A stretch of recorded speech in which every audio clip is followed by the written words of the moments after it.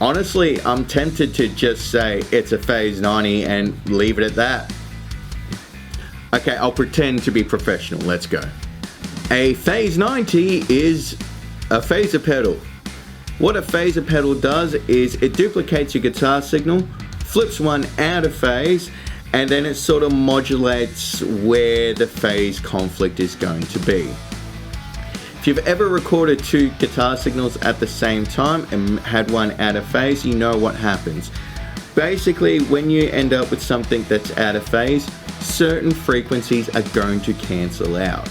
So basically what you're hearing with the phaser effect is the sound of particular frequencies getting cancelled out as it moves in and out of phase, and that's where you get sort of like that sweeping sound.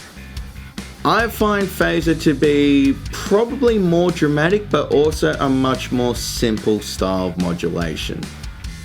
What I mean by this is that it's usually fairly obvious, you can't really be subtle with it, but there's not that much really going on with the effect itself.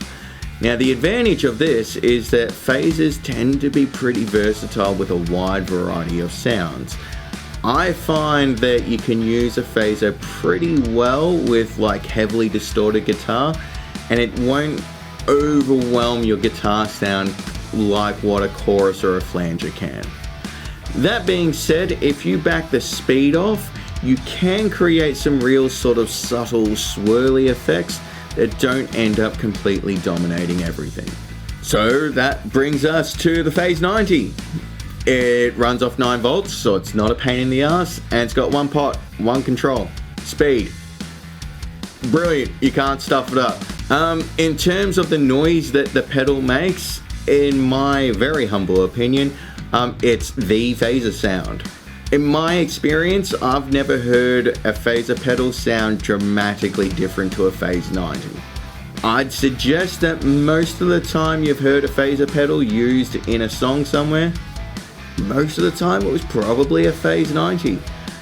Phase 90 was well loved by Eddie Van Halen and David Gilmour, which again, that's why I've got one, right? And look, I mean, if the Phase 90 was the phaser that Gilmour used, I think that justifies it in every circumstance.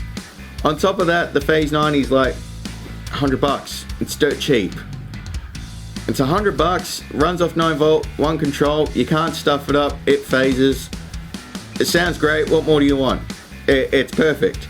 Honestly, if anybody ever comes up to me and they're like, I really want a phaser, the answer is the Phase 90. Always has been and probably always will be. And if somebody's like, oh, I don't know if the Phase 90, they're wrong. Flat out, they're wrong. If you want a phaser, get a Phase 90.